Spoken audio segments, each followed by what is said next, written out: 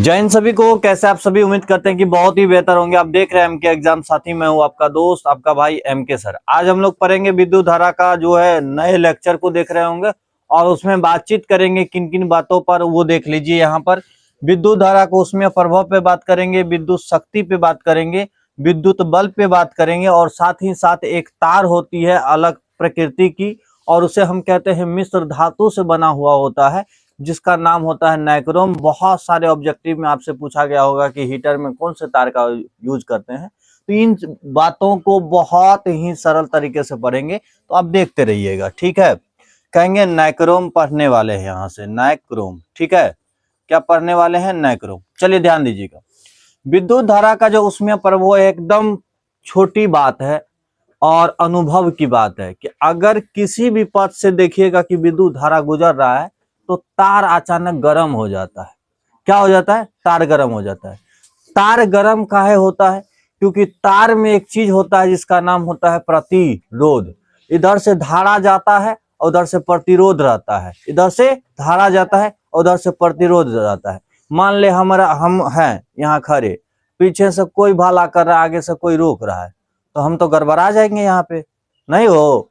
अब कहेंगे पीछे से काहे ढकेल रहे हो, वो अगला वाला कहेगा पीछे हट, नहीं पीछे वाला कहेगा आगे हट, तो हम गुस्सिया जाएंगे एकदम। तो कभी लाल हो जाएंगे, कभी नाचने लगेंगे। क्या करने लगेंगे? कभी लाल हो जाएंगे, कभी नाचने लगेंगे। तो समझिए, एक है आवेश। क्या है? आवेश। आवेश किससे बना है? इलेक्ट्रॉन से। इलेक्ट्रॉन को कोई धकियाता है, इधर से कोई रोकता है। इधर से जो धकियाता है उसका नाम है वोल्टेज। क्या नाम है? वोल्टेज। इधर से जो रोकता है उसका क्या नाम है? प्रतिरोध।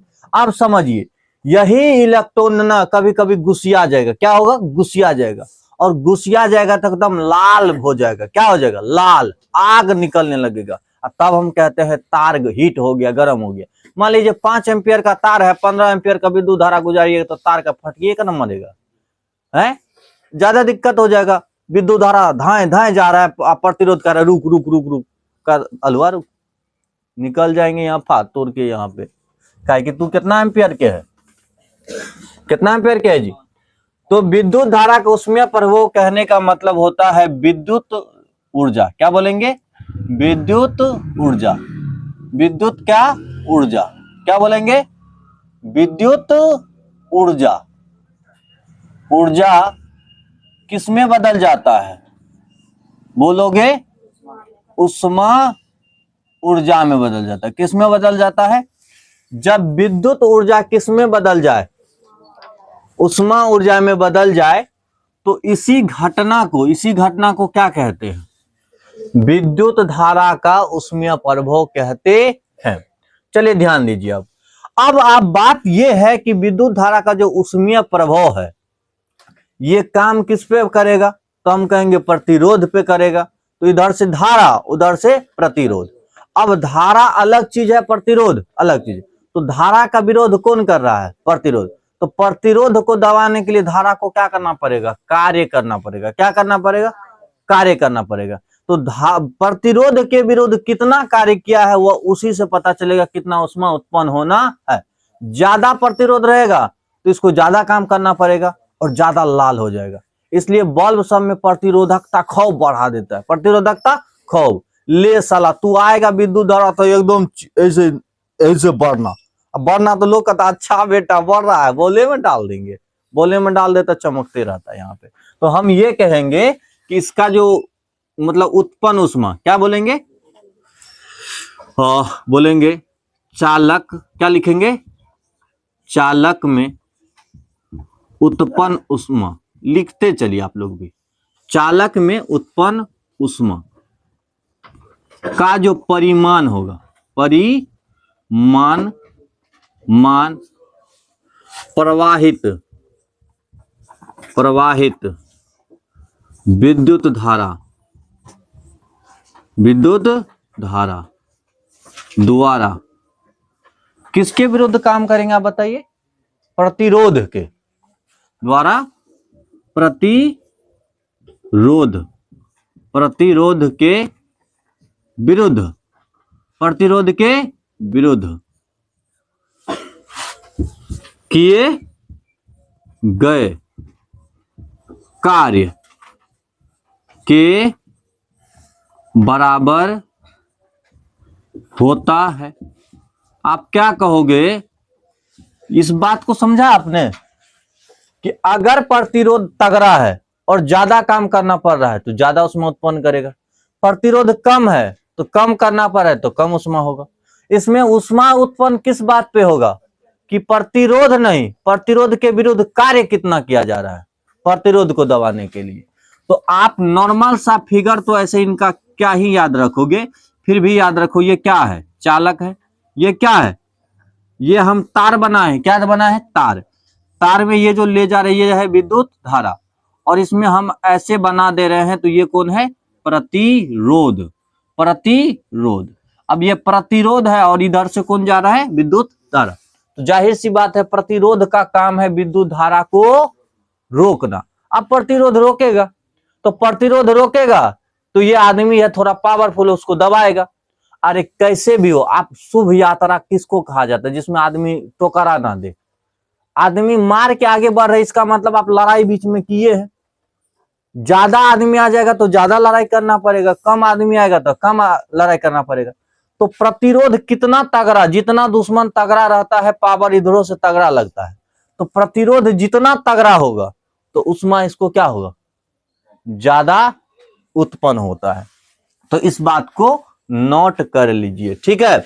अब समझिए ये कैसे पता करते हैं विद्युत धारा का जो यहाँ पर मतलब कितना उत्पन्न होता है। तो एक फॉर्मूला याद रखिएगा, U बराबर I स्क्वायर RT। क्या बोलिएगा, I स्क्वायर RT। इससे पता चल रहा है कि विद्युत धारा मतलब ऊष्मा जो है किस किस पे निर्भर करता है। एक तो विद्युत धारा पे, बोलिए विद्युत धारा पे। अब समझिए धारा लुसुर लुसुर बहेगा तो आग ज्यादा उठेगा कि कम, सोचिए। हम कह रहे हैं कि धारा धीरे धीरे चल रहा है तो आग ज्यादा उठेगा कि कम, कम। विद्युत धारा हुमाच के देंगे तो क्या होगा, ज्यादा उठेगा विद्युत धारा। अब समझिए, अब ये बताए थे कि प्रतिरोध ज्यादा होगा तो उसमें ज्यादा होगा, कम होगा तो किस बात पे निर्भर करता है, प्रतिरोध पे भी निर्भर करता है। अब आप समझिए किसी तार में मान लीजिए कम एम्पियर का तार था और उसमें ज्यादा एम्पियर का दिए 1 सेकंड के लिए, तो हमको लगता है तार को ज्यादा फर्क नहीं पड़ेगा। आप 5 घंटा चला दिए तो अरे जितना ज्यादा टाइम देंगे तार उतना गर्म होगा। क्या होगा, आप ही मोबाइल चले, नॉर्मल सी बात बताइए, आपका मोबाइल 10 मिनट में गर्म हो जाता है कि 5 घंटा में? ज्यादा चलाइएगा तो उड़ी हो जाता है, खूब बड़का बड़का काम करेगा, यहाँ पे तो बड़ा बड़ा वेबसाइट पे काम करेगा। तो हम ये कह रहे हैं कि किस पे निर्भर करता है, विद्युत धारा पे, दूसरा प्रतिरोध पे, और तीसरा टी माने समय पे। अगर समय अधिक, ये सब है, अधिक होने पे अधिक, कम होने पे कम। तो विद्युत धारा अगर अधिक हो तो उष्मा भी अधिक, समय अधिक लगेगा तो उष्मा भी अधिक, प्रतिरोध अगर अधिक हो तो उष्मा भी अधिक। इस बात को नोट करिए। अब समझिए, हम समझ गए कि विद्युत है बाबू है। अब हम समझ गए कि विद्युत ऊर्जा जो है विद्युत ऊष्मा कैसे उत्पन्न होता है। तो 3 बात याद रखिएगा, धाराधर विद्युत धारा, उष्मा धाराधर, कम विद्युत धारा, कम उष्मा। जितना प्रतिरोध तगड़ा रोकेगा उष्मा उतना ज्यादा होगा, उतना उष्मा ज्यादा होगा। टाइम अगर कम है तो कम उष्मा पैदा होगा, ज्यादा देर तक है तो ज्यादा हीट होगा। क्लियर। अब समझो, एक चीज होता है जिसको कहते हैं विद्युत शक्ति। क्या कहते हैं, विद्युत शक्ति, इलेक्ट्रिक पावर, विद्युत शक्ति। विद्युत शक्ति क्या है? अगर तुमसे नॉर्मल एक परिभाषा पूछे कि भैया शक्ति क्या है, तो कोई भी इंसान खड़े होकर जवाब दे सकते हो कि शक्ति क्या है। कार्य करने की दर को ऊर्जा कहते हैं, कार्य करने की क्षमता को भी ऊर्जा कहते हैं, ऊर्जा। लेकिन ऊर्जा व्यय की दर को, ऊर्जा जब व्यय की दर आ जाए तब कहते हैं कि शक्ति हुआ है। क्या हुआ, वो शक्ति। जैसे एक नॉर्मल सा सवाल पूछते हैं, दो लड़का, एक लड़का जो है पूरे दिन में 5 कट्ठा खेत जो है काम कर पाता है, 5 कट्ठा पूरे दिन में, और एक आदमी है जो 3 घंटा में पूरा खेत कर देता है। तो शक्ति किसके पावर ज्यादा हुआ, किसके पास शक्ति या पावर किसके पास ज्यादा हुआ, जो 3 घंटा में काम दोनों उतने किया है, ऊर्जा दोनों उतने खर्चा किया है, लेकिन जल्दी कौन किया है। तो समय के अकॉर्डिंग निकालते हैं कि शक्ति क्या होगा। तो इसका बहुत आसान क्या है परिभाषा है, विद्युत ऊर्जा, क्या बोलेंगे, विद्युत ऊर्जा व्यय यानी कि खर्च, व्यय यानी कि खर्च की दर को आप बताओ डैश कहते हैं कौन भर लोगे, डैश कहते हैं कौन भर लोगे। इतनी बात नहीं भर सकते हो, इसमें क्या भरेंगे, आप कहोगे इसमें क्या भरेंगे, तो भैया जी विद्युत क्या भरेंगे, इसमें शक्ति भरेंगे। विद्युत शक्ति को अगर हम P बोले तो किसके समय के साथ, किसके साथ भैया, समय के साथ किसका खर्च करेंगे, तो कहेंगे विद्युत ऊर्जा। अब यहाँ पे हम अगर विद्युत ऊर्जा खर्च कर रहे हैं किसके साथ, समय के साथ, तो वही क्या कहलाएगा, शक्ति। अब हम यहाँ पर विद्युत ऊर्जा कैसे होगा, ऊर्जा कैसे पता चलता है, आदमी कार्य कितना करता है वही ऊर्जा है। हमारे पास ज्यादा ऊर्जा रहेगा हम ज्यादा काम करेंगे, हमारे पास कम एनर्जी रहेगा हम कम काम करेंगे। तो हम डायरेक्ट इसको लिख सकते हैं W/T यानी कि ऊर्जा वर्क के अकॉर्डिंग, ठीक है। तो इसका फॉर्मूला क्या होता है, P बराबर W/T। और हम तुरंत अभी लिखे होंगे कहीं पर, आपको याद नहीं होगा क्योंकि अभी हमने पढ़ाया है तो आपको याद नहीं होगा।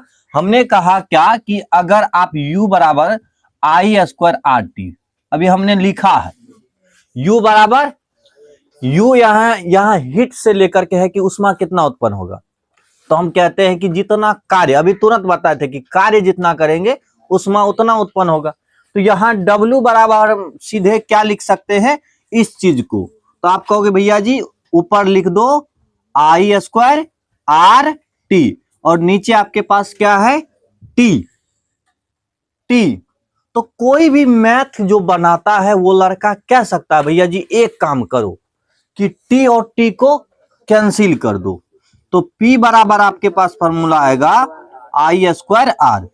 क्या सहमत हो यहां से, क्या आप लोग यहां से इस बात से सहमत हो, तुम इस बात से भी सहमत हो सकते हो कि P बराबर भैया जी अगर I² है इसका मतलब ये 2 गो I है, इस बात से भी सहमत होगा कि I² है तो ये I गुना I है, तो हम ये लिख सकते हैं I × IR, हाँ या ना, क्योंकि I और I गुना करके I² हो गया और R हो गया। ओम के नियम से आप क्या जानते हो, एक ओम के नियम से अगर मैं बात पूछूं कि ओम का नियम क्या है, तो कहोगे ओम का नियम भैया जी होता है R बराबर V/I। अगर हम यहां पर किसके पास चले जाए I निकालने तो क्या होगा, I निकालने जाए तो क्या होगा, ऐसे कहो कि V निकालने जाए तो, अगर V निकालने जाए तो IR, नहीं समझ में आ रहा है क्या, अगर V हम भैया जी निकाले तो ये भाग में है तो इसमें गुना में आ जाएगा। क्या भैया जी यहां पर काम करोगे वो, तो करेंगे, क्या करेंगे, तो P अपन है, I एक है, ये है, यहां पर इसको हटा के आप बताओ क्या देंगे, V, क्या बताएंगे V। तो I भी अच्छा नहीं लगता है, 4 जैसा इंग्लिश लगता है, इसलिए इसको क्या करो VI। एक फॉर्मूला ये बना, आपके सामने बन रहा है, रटना नहीं पड़ेगा। अब बताओ एक चीज और किया जा सकता है, बोलो क्या किया जा सकता है, हम कहेंगे कि I को हटाना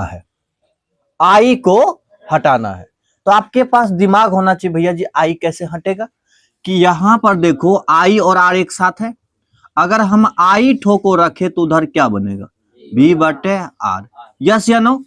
और ये बातें कहां से लिया जा रहा है, तो आप कहो भैया जो ओम का नियम हम पढ़े थे और बढ़िया से पढ़े थे वहीं से आप ले रहे हैं, क्लियर।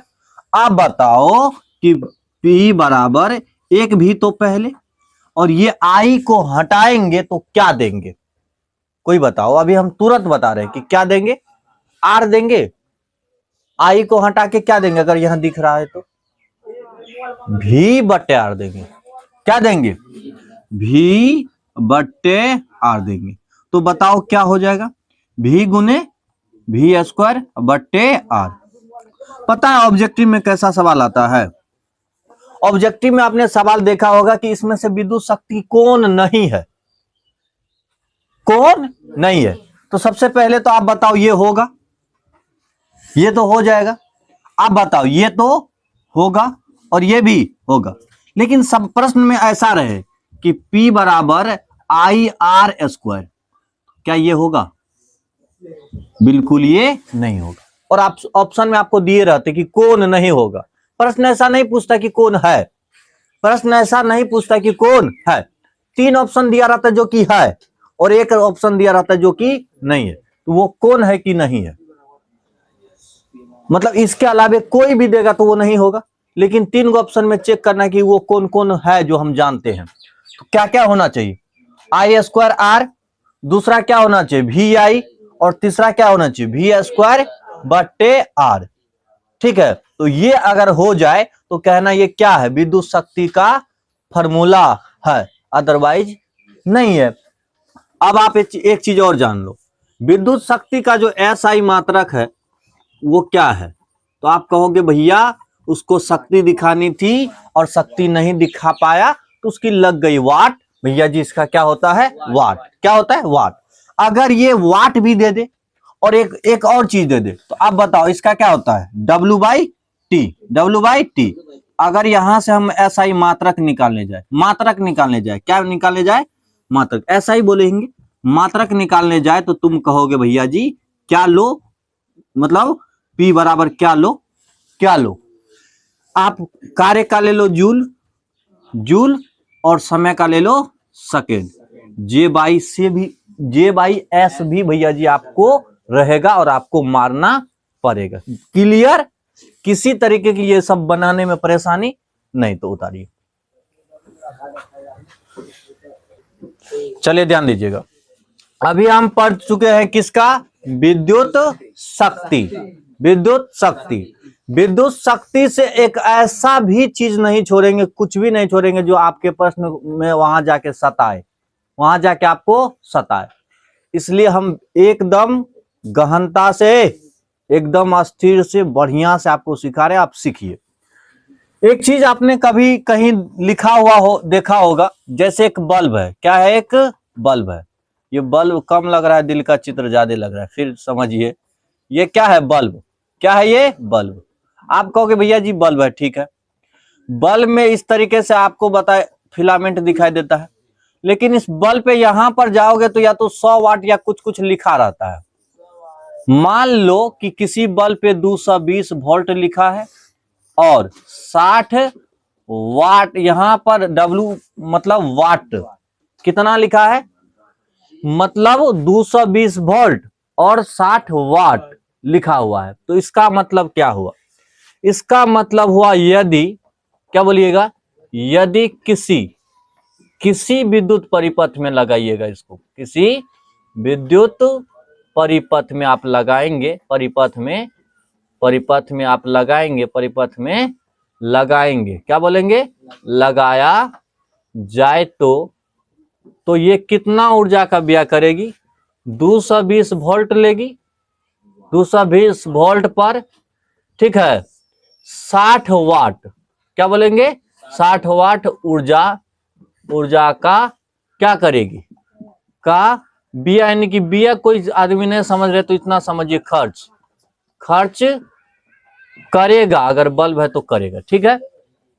अगर इसको किसी मान लीजिए हम अपने घर में लाके जलाएंगे इस बल्ब को, तो ये बल्ब कितना वोल्ट लेगा, 220 वोल्ट लेगा और कितना वाट लगेगा, ये तो अर्थात अगर इसी में बात करें, अर्थात यानी कि सरल भाषा में अगर बात करें तो ये 1 सेकेंड में कितना बाबू, 1 सेकेंड में ऊर्जा का क्या जूल में नापते हैं, 60 जूल ऊर्जा का खर्चा होगा, 60 जूल ऊर्जा क्या होगी, खर्च होगी।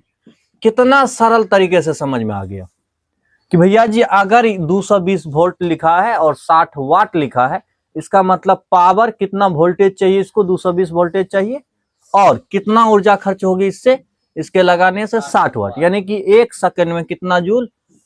प्रश्न बदल के दे दे आपको कि जैसे 420 वोल्ट हो, यहाँ पर वाट के जगह 80 वाट दे दे, तो आप यहाँ भी बदल के आप लिख सकते हो।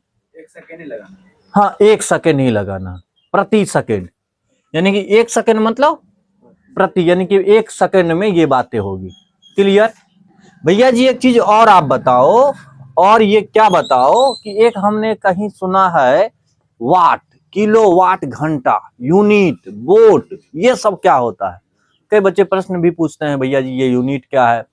बिजली जब काटने आता है आपके यहाँ तो पूछता है कि आपका यूनिट कितना। अभी ये नीतीश चाचा जो जीते हैं, एगो एकरा में फैक्टर यो था कि 125 यूनिट फ्री दिए थे ना, यूनिट बिजली फ्री दिए थे ना हो।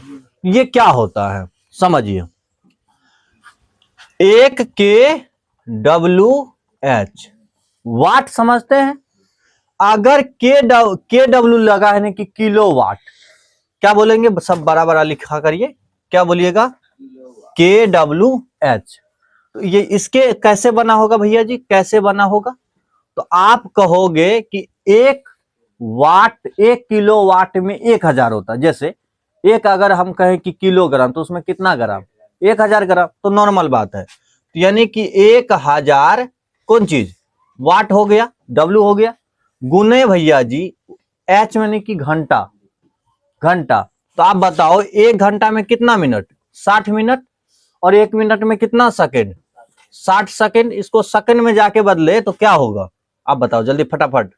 तो आप कहोगे 60 गुना 60, यहां पर सेकंड लगा देंगे भैया जी। अगर इसी को हम करें तो यहां पर बताओ 3 तिये 6 के 6 से गुना करेंगे तो 6 के 36 नहीं हो जाएगा, गुना 10 पे पावर भी। अभी बताओ ये कितना है, 3 गो ये और 2 गो ये, कितना हुआ। यहां पर ये वाट गुना के सेकंड, इतना याद रखना। इसको जूल में हम बदलेंगे, किस में बदलेंगे, इसको जूल में। आप इतना समझ में आ रहा है। अभी पॉइंट कहां है, ध्यान देना, मैथ की चीजें है ये, इसलिए थोड़ा सा बोर लगेगा, लेकिन बहुत आसान है। अरे बहुत आसान है। आप बताओ 6 गुना 6 कितना होता है, 36 होता है। यहाँ कितना जीरो है, 3 जीरो है, और यहाँ कितना जीरो है, बताओगे, 2 जीरो है। 3 जीरो और 2 जीरो कितना होता है, 5। सेकंड है, वो सेकंड है महाराज। ये क्या दिए है, सेकंड एस दिए। क्लियर। आप बताओ कि अभी कितना है, आप इसको क्या लिख पाओगे भैया, 36 गुना 10 पे पावर हम 5 लिख सकते हैं, लेकिन ऑप्शन में तो 3.6 गुना 10 पे पावर 6 रहता है, वहीं पहुंच रहे हैं। अब अभी पॉइंट कहां है, यहां से यहां पॉइंट जाएंगे तो एक क्या होगा, बढ़ेगा कि नहीं बढ़ेगा। तो आप कहोगे भैया जी इसी बात को लिख सकते हैं 3.6 गुना 10 पे पावर 6। अब ये भैया क्या होता है, 1 मिनट। समझिए हम पढ़े थे P बराबर W/T, यानी कि इसको वाट में नापेंगे, इसको वाट में और इसको सेकंड में। जब ये दोनों गुना हो जाए तो ये किसके बराबर, कार्य के बराबर होगा। नहीं समझ में आ रहा है, इधर गुना होगा तो कार्य को किस में नापते हैं, तो ये दोनों का गुणनफल हटा के, यानी कि इसको हटा के क्या लगा सकते हैं, जे लगा सकते हैं। तो आपको पूछा जाए कि एक, क्या पूछा जाए, 1 kWh में कितना जूल होता है, तो आप कहोगे भैया जी बहुत आसानी से कि 3.6 गुना 10 पे पावर 6 जूल होता है। इसी को एक यूनिट भी बोलते हैं, क्या बोलते हैं, यूनिट। इसी को क्या कहते हैं, यूनिट। तो यूनिट भी कितना हुआ, 3.6 गुना 10 पे पावर 6 जूल। इसी को BOT बोट भी कहते हैं, क्या कहते हैं, BOT बोट। क्या बोलिएगा, BOT boat. BOT boat for क्या मतलब भैया, तो B for board, BOARD board, O for of और T फॉर ट्रेड। तो इसका फुल फॉर्म क्या होगा भैया, बोर्ड ऑफ ट्रेड। यानी कि जो हम लोग बोर्ड लगाते हैं उसको यूनिट में नापता है, किस में नापता है, यूनिट। जो हमारे यहाँ बिजली बिल काटने आता है वो किस में माप के चले जाते हैं, यूनिट में। क्योंकि अब वाट छोटा मात्रक है, यूनिट क्या है, बड़ा मात्रक है। आपको एक नॉर्मल सा सवाल पूछे, आप रोड को इंची से नापने जाइएगा तो आप पागल है, महापागल। रोड को आप किस में मापते हैं, किलोमीटर में नापते हैं। अब जब गाड़ी चला के आते तो आपसे क्या पूछता है, कितना सेंटीमीटर गाड़ी चलेगी, कितना किलोमीटर चली। तो बड़े जो होते हैं, बड़ी राशि को बड़े मात्रक से नापा जाता है। तो ये बड़ी चीजें हैं, तो यूनिट में नाप दिए। तो आज के बाद आप कभी दिक्कत में जाओगे कि KWH या यूनिट या वोट, सारी की सारी एक चीज है। और इसमें कितने जूल होते हैं भैया जी, बिजली जो बिल काटने वाले होते हैं यूनिट में ही चीजों को निकालते हैं। अब समझो, अब बात है कि हमने सारी चीजें पढ़ी कि 220 वोल्ट लिखा रहेगा तो क्या होगा। अब हमारे पास मेन चीज आ जाता है जो बहुत इंपॉर्टेंट आता है। कहोगे भैया जी इसके प्रश्न कैसे पूछते हैं, पहले ये बताओ। ये आपके बल्ब है, विद्युत बल्ब। अगर आपको चित्र बनाने के लिए दे दे तो भी 2 नंबर आपको दे देते हैं, और इसके बारे में 3-4 प्रश्न टूट के बनता है। जैसे आप पहले तो इसके बारे में फैक्ट जानो। बल्ब जो होता है बाबू, क्या होता है जी, बल्ब। आप कहोगे बल्ब भैया जी ऐसे तैयार होता है, यहाँ पर 2 गो रहता है, आप बल्ब लगाए होगे। अरे वो फिलिप्स का बल्ब देखा है आप सर में, वो चमकता हुआ बल्ब है, नहीं देखा है। एडिसन का खोज किया हुआ बल्ब का खोज किसने किया, 4 क्लास में आप सब पढ़ा था कि एक जमाना था जब दुनिया सांझ ढले सो जाती थी, नहीं सोचता था कुछ भी अंधियारे में खो जाती थी। फिर एक आदमी आता है, उसका क्या नाम होता है, एडिसन। पहले तो आग खोज, फिर लैंप बना, लेकिन वो भी जग रोशन ना कर पाया, तो फिर एडिसन लिए हाथ में बल्ब ले आया। ठीक है, ऐसी कुछ कविता थी। तो आप कहोगे शुरुआत कहां से भैया जी होती है, बताना। बातचीत बिल्कुल नहीं करिए, समझिए, बहुत आसान लगेगा, प्यार से समझिएगा ना, बहुत छोटी बात है। और नहीं तो बड़ा करके देखिएगा तो यही बड़का हो जाता है। कहोगे भैया जी ऐसे शुरू होता है, बिल्कुल। इससे ऐसे तार निकलता है, बिल्कुल भैया जी। ये ऐसे फैलेगा और इसमें एक चीज लगा दो, इसको कहते हैं अपन फिलामेंट। क्या कहते हैं भैया जी, इसको फिलामेंट। अब बल्ब में सबसे बड़का खराबी ये है कि हम सब कुछ दे दिए, यहां से हम इसको तार भी जोड़ दिए, क्या दे दिए, तार भी जोड़ दिए। सबसे बड़ी खराबी ये थी कि ऐसे बल्ब भंगूर हो जाते थे। जो फिलामेंट है ना, जलाता था टूट जाता था, जलाता था टूट जाता था। अब दिक्कत हो गया।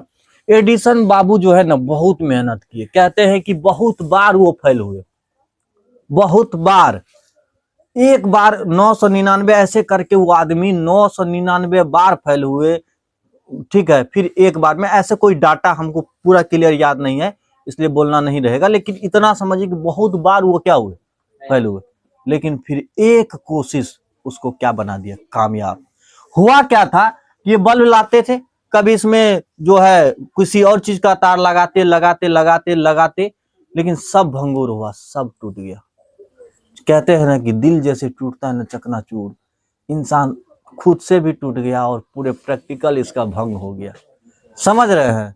और जब ये जलने की बारी आई तो कहोगे क्या ये क्या हो गया, भंगूर हो गया।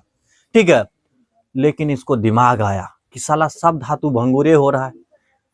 तब ये क्या किया, एक कांच का इसमें चमकता हुआ बल्ब सेट कर दिया। कांच का क्या किया, बॉल टाइप का रहता है इसलिए बल्ब नाम है इसका। कांच क्या कर दिया, सेट कर दिया। अब कांच सेट कर दिया, कहोगे भैया जी कांच क्यों सेट किया, क्योंकि जैसे ये ऑक्सीजन में रहेगा तो ऑक्सीकृत होकर के ये चकनाचूर हो जाएगा। इसलिए अगर बल्ब में छेद है तो आप बताओ बल्ब बढ़ेगा कि फ्यूज हो जाएगा। फ्यूज 2 कंडीशन में होता था, आप अगर फ्यूज जानते हो तो। हे बीच वाला तार टूट जाता था, फ्यूज हो जाता था, या फूट जाएगा तब फ्यूज होगा। फूटता कम में था, लेकिन सबसे ज्यादा कौन चीज टूटता, तारे टूट जाता था। फ्यूज कनेक्ट कर पा रहे हो क्या। तो आप कहोगे भैया जी यहाँ स्पर्श होता है, तो यही वाला जो बटन है इसको कहते हैं स्पर्शक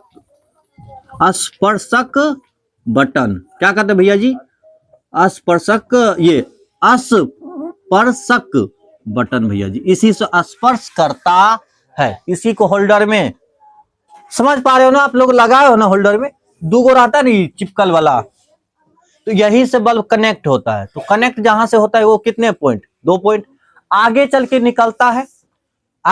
निकलता है, इसे अपन क्या बोलते हैं भैया जी, फिलामेंट।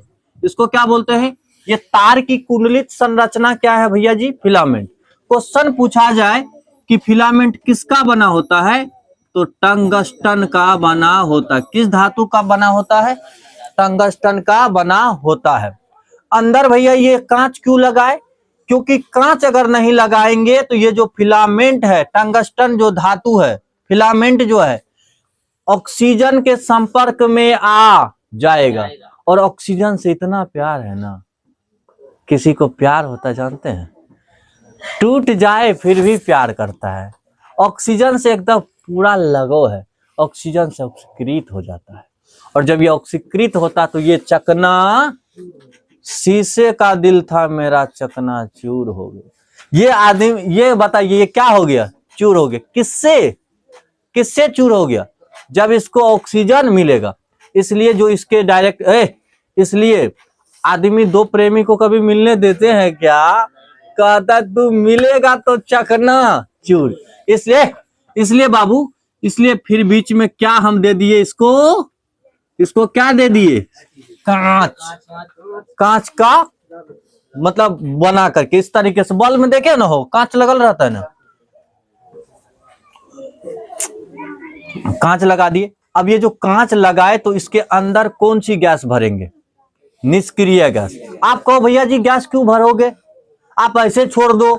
लेकिन ऐसे छोड़ेंगे ना तो अंदर में कुछ ना ही हवा, अब बाहर से हवा तोप के तो देगा इसको चकना चूर कर। इसलिए अंदर में जरूरी है कि क्या भरा जाए? गैस भरा जाए। क्या भरा जाए इसमें? गैस। तो इसमें कौन सी गैस भरी जाती है भैया जी? कौन सी? निष्क्रिय गैस। निष्क्रिय गैस। लड़का तो ये बिल्कुल है लेकिन ये बाबा है, कुछ करेगा नहीं। ठीक है, इसमें ये दे देंगे यहाँ पर इमरान जैसा सक्रिय गैस को तो गड़बड़ा जाएगा। यहाँ पे सक्रिय गैस देना नहीं है, इसमें निष्क्रिय गैस देना है। बिल्कुल क्लियर? तो आप फैक्ट लिखो, बल्ब के बारे में क्या लिखो? फैक्ट। क्या लिखो? फैक्ट। आप बोलोगे इसमें दो स्पर्शक बटन होता है, आप जानते हो ना, होता है। इसका फिलामेंट, इसका आप बताओ फिलामेंट किस धातु का बना होता है? टंगस्टन धातु का बना होता है। बिल्कुल क्लियर भैया, एकदम दिमाग में जा रहा है ये बातें आपकी। टंगस्टन धातु का बोलिएगा, टंगस्टन का बताओगे प्रतिरोधकता, बोलो प्रतिरोधकता अधिक क्या होता है? अधिक तथा गलनांक क्या होता है? कम होगा कि उच्च होगा? कम होगा तो पिघलिए कि उच्च होता है। इसका मतलब बहुत ज्यादा गर्म करोगे तो भी ये भंगूर नहीं होगा। नॉर्मल तार देंगे तो एक बार में वो शॉर्ट करके वो क्या होगा? जल जाएगा। आप कहोगे भैया जी इसका जो है बल्ब का जो टंगस्टन है ये कितने डिग्री सेल्सियस तक गर्म हो सकता है? तो गर्म होने की जो क्षमता है वो 3400 डिग्री सेल्सियस है। कितना गर्म हो सकता है? कितना ये उसमें ये सह सकता है? 3400 डिग्री सेल्सियस तक क्या हो सकता है? गर्म हो सकता है। कितना इसका भैया गलना यहाँ पर है? कहोगे 3400 डिग्री सेल्सियस तक गर्म होता है, हीट इसमें आ सकता है। तथा 2700 डिग्री सेल्सियस तक, 2700 समझ रहे हो कुछ? आपको अगर 40 डिग्री सेल्सियस दे देंगे तो आप ओलबोलाने लगोगे, 100 कर देंगे तो आप गड़बड़ा जाओगे। नहीं, 100 एकदम दे दे। 100 वायुमंडल का कितना हो जाए? हम लोग जैसे रहते हैं तो अभी कम है, ठंडी के महीना में माइनस में भी चला जाता है, अब कश्मीर वगैरह में। हम आपसे पूछ रहे हैं कि अगर क्या हो जाए, अगर टेम्परेचर बहुत ज्यादा हो जाए तो आप ओलबोलाने लगोगे। 2700 डिग्री सेल्सियस कम होता है क्या? तक कैसा प्रकाश दे सकता है? श्वेत प्रकाश दे सकता है। तक श्वेत प्रकाश दे सकता है ये बल्ब। समझ रहे हो आप? समझ रहे हो कितना तक दे सकता है? 2700 डिग्री सेल्सियस तक बिना गले दे सकता है। अब इससे ज्यादा होगा तो गलेगा, इतना ज्यादा होगा ही नहीं। बिल्कुल क्लियर। चलिए, इतनी बात समझ में आई। आप कहोगे अंदर में कौन सी गैस भरी जाती है? अंदर में कौन सी गैस भरी जाती है? निष्क्रिय गैस, गैस भरी जाती। भैया क्यों भरी जाती है, यहां से ही प्रश्न आता है, क्यों निष्क्रिय गैस भरी जाती है? तो इसका आंसर लिखना है कि अगर निष्क्रिय गैस नहीं भरी जाए तो ये जो है भंगुर हो जाएगा, इसका फिलामेंट क्या हो जाएगा? भंगुर हो जाएगा। क्या हो जाएगा? भंगुर। पहले तो ये बल्बे फूट जाएगा और भंगुर हो जाएगा। इसलिए हवा के जगह यानी ऑक्सीजन के जगह, ऑक्सीजन के जगह कौन सी गैस भरी जाती? निष्क्रिय गैस भरी जाती। ये प्रश्न आप लिख के आओगे बोर्ड में, क्वेश्चन आ जाए कि क्यों निष्क्रिय गैस भरी जाती है, तो आप क्या जवाब दोगे? निष्क्रिय गैस नहीं भर, अगर हवा के संपर्क में, ऐसे प्रश्न का जवाब देना कि अगर फिलामेंट हवा के संपर्क में आ जाए तो ऑक्सीकृत होकर भंगुर हो जाएगा, अतः इसमें निष्क्रिय गैस भरी जाती है। इतना लिखना। क्लियर? आप बताओ, हर बात इसकी क्लियर? भैया दो यहाँ होते हैं, फिलामेंट किसका बना होता है? टंगस्टन का होता है। कितना भैया इसका होता है? सहने की क्षमता बताओ, 3400 डिग्री सेल्सियस। गर्म कितना तक में हो जाएगा? यहाँ पे कितना तक प्रकाश दे सकता है? 2700 डिग्री तक बिना गले प्रकाश दे सकता है। उतारो। अब समझिए, अब हम बात करेंगे तापन अवयव की। अभी जो बात किए थे बल्ब में, उसमें भी तापन अवयव, क्या बोलेंगे? तापन अवयव का मतलब होता है किसी भी यंत्र का वह भाग या किसी भी मतलब इलेक्ट्रिक चीज का वह भाग जो गर्म हो और जले, या वो उष्मा दे या तो प्रकाश दे। जैसे आपसे पूछ दिया जाए कि तापन अवयव, क्या पूछा जाए? तापन अवयव मतलब समझ रहे हैं? कुआ वह भाग, क्या बोलेंगे? वह भाग जो क्या उत्पन्न करे? उष्मा उत्पन्न करे। आप बताओ, छुए हो वो वाला बल्ब को? वो बल्ब को छुए हो, गर्मी लगती है क्या? झरकते हो क्या? झरकते हो? आप हीटर में हाथ दे के बैठोगे बढ़िया से, झरकते हो?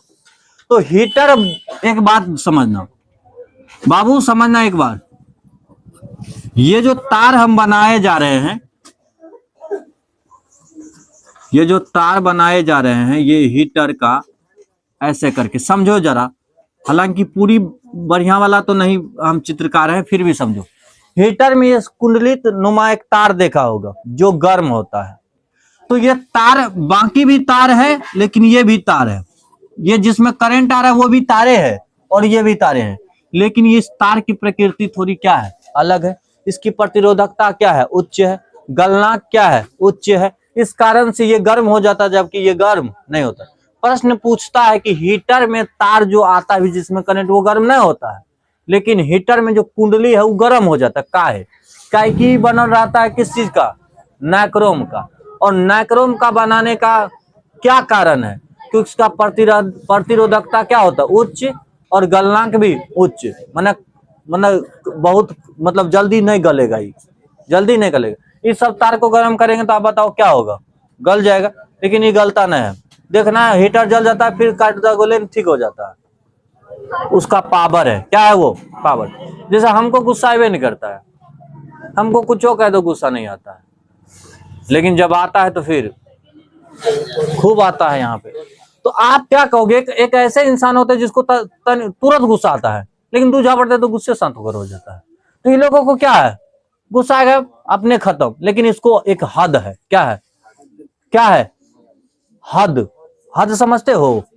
एक मतलब सीमा है, सीमा के बाद ही ये होगा पागल, मतलब सीमा के बाद ही ये जल के राख, लेकिन उससे पहले नहीं। लेकिन इसका सीमा इतना है कि लोग का औकात नहीं है कि इसके सीमे तक पहुंचे। कहते हैं ना कि हमारी जो है उड़ान वहां तक है जहां तक तू जाइए नहीं सकता है। तू गरियाएगा कितना नीचे? बड़े आदमी को लोग यहाँ से यूट्यूबर, छोटा छोटा यूट्यूबर गरियाते रहता है, ये हो वो आदमी सुनबे नहीं कर रहा, तू गरिया। ठीक है ना? आदमी मतलब बारिश छाता को निकालता है, बारिश में जो नीचे रहता है बादल से ऊपर चिल कहियो छाता से थोड़ा चलता है, कहता हमारा यहाँ बारिश हो रहा है। तो वो बनना चाहिए इंसान को। चलिए, खैर तितली के साथ रहने वाले बाज कैसे बन जाओगे, उसको छोड़ना पड़ेगा। शांत रहो यहाँ पे। तापन अवयव माने क्या हुआ कि जो क्या उत्पन्न करे उष्मा, किसी भी यंत्र का मतलब विद्युत यंत्र का वो भाग क्या उत्पन्न करता है, उष्मा। उस अवयव को, उस जगह को, उस भाग को क्या कहते हैं, बिल्कुल समझ में आ गया। तो आप इमेज बनाओ कि हीटर का तापन अवयव कौन हुआ, वो कुंडली नुमा संरचना। बल्ब का तापन अवयव क्या हुआ, ये वाला, हे वाला, ये वाला कौन अवयव हो गया। स्त्री जानते हो, स्त्री किसे कहते हैं, स्त्री एक होता है स्त्री, स्त्री ये वाला, एक होता है वो मैडम जी वाला। हाँ, ये चट्टा, ये लाल पीला हरा पे ध्यान रहता है। इस पे बताओ, अगर ये अगर हाथ छू दे ऐसे। एक बार हम कोई देख रहे थे, एक बार फोन आया था, ठीक है, तो बगल में वो ना आयरन मशीन होता है, आयरन वो मशीन था और फोन होता, आदमी फोन ना तो आयरन मशीन उठा के लगा लिया। तो खैर ये मजाक ही था, लेकिन ऐसा मान लो ऐसा हो गया तो क्या होगा, बुरा हाल हो जाएगा। आपको कहते हैं रियल नहीं होता, रियल में भी बहुत चीज होता है। एक बार एगो का बच्चा गिर गया था, मोबाइल गिर गया था, बच्चा छोड़ दिया, पहले मोबाइल उठाया, पहले झाड़ा उसको, फिर बच्चा को कहा, ये तो दूसरा बार भी आ जाएगा। खैर छोड़िए, यहाँ पे देखिए स्त्री, देखे स्त्री जिसे आयरन मशीन कहते हैं, उसको खोल के देखिएगा तो उसमें भी कुंडली रहता है। खोल के देखे कोई, अरे ए बाबुआ, आयरन मशीन खोल के देखा है, उसमें भी क्या होता है, हीटर की तरह कुंडली होता है, वही गर्म होता है। तो फिर वो क्या करते हो। उसके बाद एगो आता है आजकल कुकर, कुकर आता है जो अथी पे चलता है, कौन चीज पे, विद्युत इलेक्ट्रिक पे। तो उसमें भी नीचे में कौन चीज रहेगा, यही लगल रहा होगा, कुंडली। एक आता है थर्मस, थर्मस उसमें भी यही लगल रहेगा नीचे में। तो आप ये कहोगे कि तापन अवयव क्लियर। तापन अवयव जिस चीज का बना रहता है उसका नाम क्या है, नाइक्रोम। क्या है, नाइक्रोम। भैया धातु है, अधातु है या मिश्र धातु है, तो ये क्या है, मिश्र धातु। भैया मिश्र धातु क्या होता है, जो बहुत सारे धातु से मिलकर बना होता है उसे क्या कहते हैं, मिश्र धातु। चलिए ध्यान दीजिएगा, नाइक्रोम में आपको बताएंगे, नाइक्रोम निकेल, इसमें निकेल पाया जाता है कितना परसेंट, 60%, क्रोमियम 12%, मैग्नीज 2% और लोहा 26%। एक बार फिर से देखिएगा, 60% कौन, 12% कौन, मैग्नीज कितना परसेंट और लोहा कितना परसेंट, लोहा कितना परसेंट, 26%।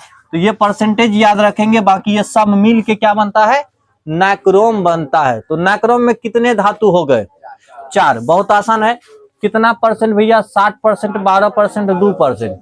बोलिएगा फिर से, 60, 12, 2, 26। बहुत आसान है, बहुत आसान है भैया। कैसे है, दोनों तो आसान है, 12 दूनी 24, 2 26।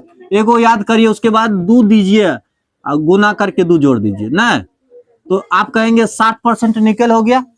तो कितना और, 12, 12 दूनी 24, 12 दूनी 24, फिर यहाँ पर बताइए, जो 2 जोड़ के 26, इतना परसेंट याद रखिएगा। कोई दिक्कत, कोई दिक्कत बाबू, अगर कभी भी मिटा दिया जाए तो आपको याद हो जाए, 60% भैया, 12% और कौन कौन, निकेल, क्रोमियम, उसके बाद बताइएगा, उसके बाद मैग्नीज, तब लोहा। निकेल, क्रोमियम, मैग्नीज, लोहा, ये सब मिले होते हैं तो क्या बनते हैं।